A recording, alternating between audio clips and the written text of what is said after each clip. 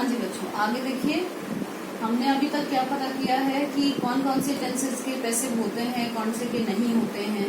तो 4 टेंसेस हमने ऐसे निकाले जिनके पैसिव वॉइस नहीं बनता है, जैसे कि future continuous tense, present perfect continuous, past perfect continuous and future perfect continuous. ये 4 टेंसेस हमारे ऐसे हैं जिसका पैसिव वॉइस नहीं बनता है। उसके आंसर में हम लिखते हैं नो चेंज। अब आगे देखिए, ध्यान रहे यहाँ मैंने प्रोनाउंस लिखे हुए हैं। ये फॉर्मेशंस हमने अभी अभी पढ़ी हैं। फॉर्मेशन एक्टिव की क्या है? Subject, helping verb, verb and object. अब प्रेजेंट इंडेफिनिट टेंस जो है हमारा फर्स्ट टेंस, सिंपल प्रेजेंट जिसे हम कहते हैं, इसके अंदर एक सेंटेंस लिया है हमने। सेंटेंस है देखिए, she completes her work regularly. तो आप इसको देखिए, सब्जेक्ट आप खाली इतना कर दीजिए, she completes her work.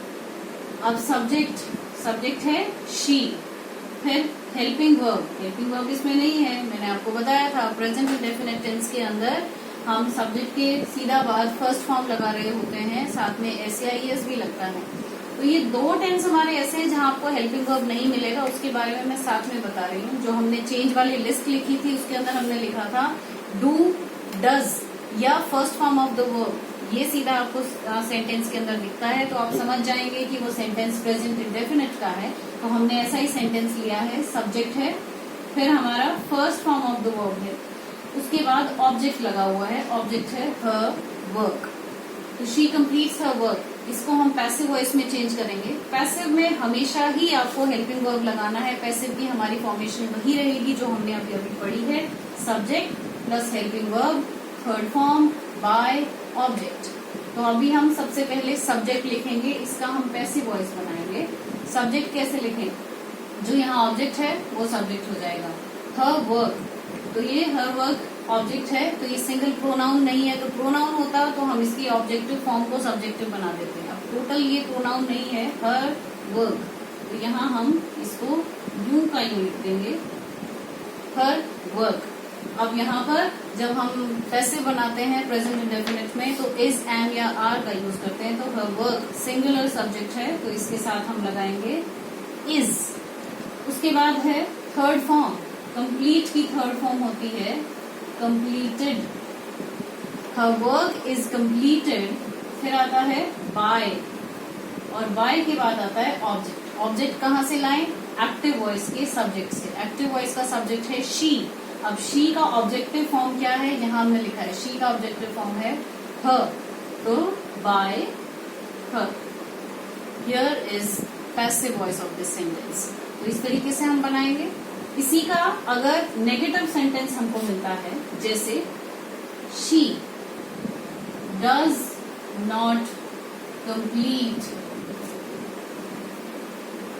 Her work, अगर ये हमारे पास सेंटेंस है, मान लीजिए she does not complete her work, तो फिर आप इसका पैसिव वॉइस कैसे बनाएंगे? अब देखिए, अब तो हमारे पास हेल्पिंग वर्ब भी है और इसमें नॉट भी लगा हुआ है, ये भी हमको ध्यान करना है। मैंने अभी इसी वीडियो के पार्ट 1 में आपको बताया है कि नॉट का प्लेस कहाँ होता है, ये आप हमेशा ध्यान रखेंगे।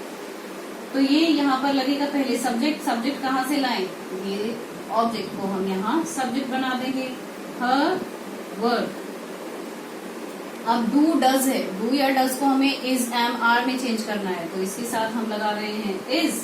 और जो नॉट है उसको भाई वहीं पर, जैसे डज के बाद नॉट था, अब इज के बाद नॉट आ जाएगा। हेल्पिंग वर्ब के फर्स्ट वर्ड के बाद नॉट का प्लेस होता है। तो her work is not completed, third form आ गई कंप्लीटेड। थर्ड फॉर्म के बाद क्या आता है? बाय, और बाय के बाद ऑब्जेक्ट। ऑब्जेक्ट कहाँ से आएगा? ऑब्जेक्ट यहाँ से आएगा। तो शी का ऑब्जेक्टिव फॉर्म क्या है? हर। तो इस तरीके से हमने बना दिया इसको, हर work is not completed by हर। ये हमने किए हैं simple sentences and negative sentences. अब नेक्स्ट जो आपका टेंस है वो है पास्ट इंडेफिनिट। पास्ट इंडेफिनिट भी मैंने बताया एक ऐसा टेंस है जिसके अंदर हेल्पिंग वर्ब आपको नहीं देखने को मिलेगा सिंपल सेंटेंस में। तो उसके अंदर आपको क्या देखने को मिलेगा? Second form of the verb. Verb की सेकेंड फॉर्म इसमें लगी होती है, सब्जेक्ट के ठीक बाद आपको लगी हुई मिलेगी। तो इसका जब हम बनाएंगे पैसिव, तो कैसे बनाएंगे? अब यहाँ ये सब्जेक्ट है, ये वर्ब है, ये ऑब्जेक्ट है। तो हमें सबसे पहले अपना सब्जेक्ट चाहिए पैसिव वॉइस के लिए, वो कहाँ से आएगा, इस ऑब्जेक्ट से आएगा। Stay by. 2 cakes, 2 cakes। अभी प्रोनाउन नहीं है तो यू का यू आ जाएगा। अगर ये प्रोनाउन होगा तो आपको बताया सब्जेक्टिव का ऑब्जेक्टिव और ऑब्जेक्टिव का सब्जेक्टिव बनाना है। तो 2 cakes, cakes प्लूरल है, प्लूरल। अब पास्ट इंडेफिनिट में बताया है कि सेकंड फॉर्म हो या डेड लगा हो तो हम उसको पैसिव वॉइस में क्या हेल्पिंग वर्ब लेंगे, उसका was या फिर were। तो फिर 2 cakes प्लूरल है तो इसके साथ हम was नहीं लगा सकते, हम लगाएंगे were। तो 2 cakes were। Next is third form, third form ये सेकंड फॉर्म है, इसकी थर्ड फॉर्म भी सेम होती है, baked, bake, baked, baked। The 2 cakes were baked। उसके बाद थर्ड फॉर्म के बाद बाय, बाय के बाद objective form of she, by के बाद लगेगा हर। तो this is the passive voice of this sentence. तो 2 cakes were baked by her। अब इसी को अगर हम नेगेटिव सेंटेंस के अंदर लिखें तो नेगेटिव हमारे पास सेंटेंस कैसे आएगा, she did not bake. Did जब भी आता है तो आपको फर्स्ट फॉर्म लगी होती है, लगी मिलती है। तो she did not bake 2 cakes। इसको हम कैसे बनाएंगे, वही सेम, सब क्या चेंज आएगा, नॉट का चेंज है। 2 cakes वर के बाद यहाँ पर हम नॉट लगा देंगे। 2 cakes were not baked by her। Same sentence यहाँ बनेगा जो कि यहाँ बना है, सेम यही था। हर वर्क इज कम्प्लीटेड बाय हर, सिर्फ क्या चेंज आया, हर work is not completed by हर। कोई फर्क नहीं है। यहाँ पर आपको देखना है फर्स्ट फॉर्म लगी हुई थी या फिर डज नॉट या डू नॉट होता, तो यहाँ पर हमें इज एम आर का यूज करना है। सिंपल जो हमारा प्रेजेंट टेंस है, प्रेजेंट इंडेफिनिट टेंस है, और जो पास्ट इंडेफिनिट टेंस होगा वहां पर हमको सेकंड फॉर्म लगी मिलेगी या फिर डिड नॉट का यूज हुआ मिलेगा। तो उसको हमने चेंज करना है, तो यहाँ हम वॉज और वर का यूज करेंगे। ठीक है, मान लीजिए शी बेक्ड अ केक, यहाँ पर 2 की जगह अ केक होता, यहाँ पर होता, यहाँ पर एक बार देखते हैं,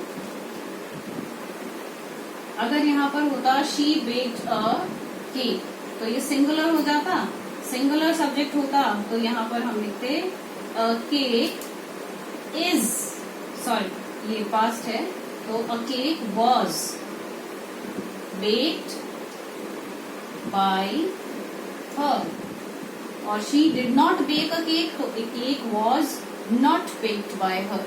इस तरीके से हम करेंगे present indefinite and past indefinite के simple and negative sentences. Thank you.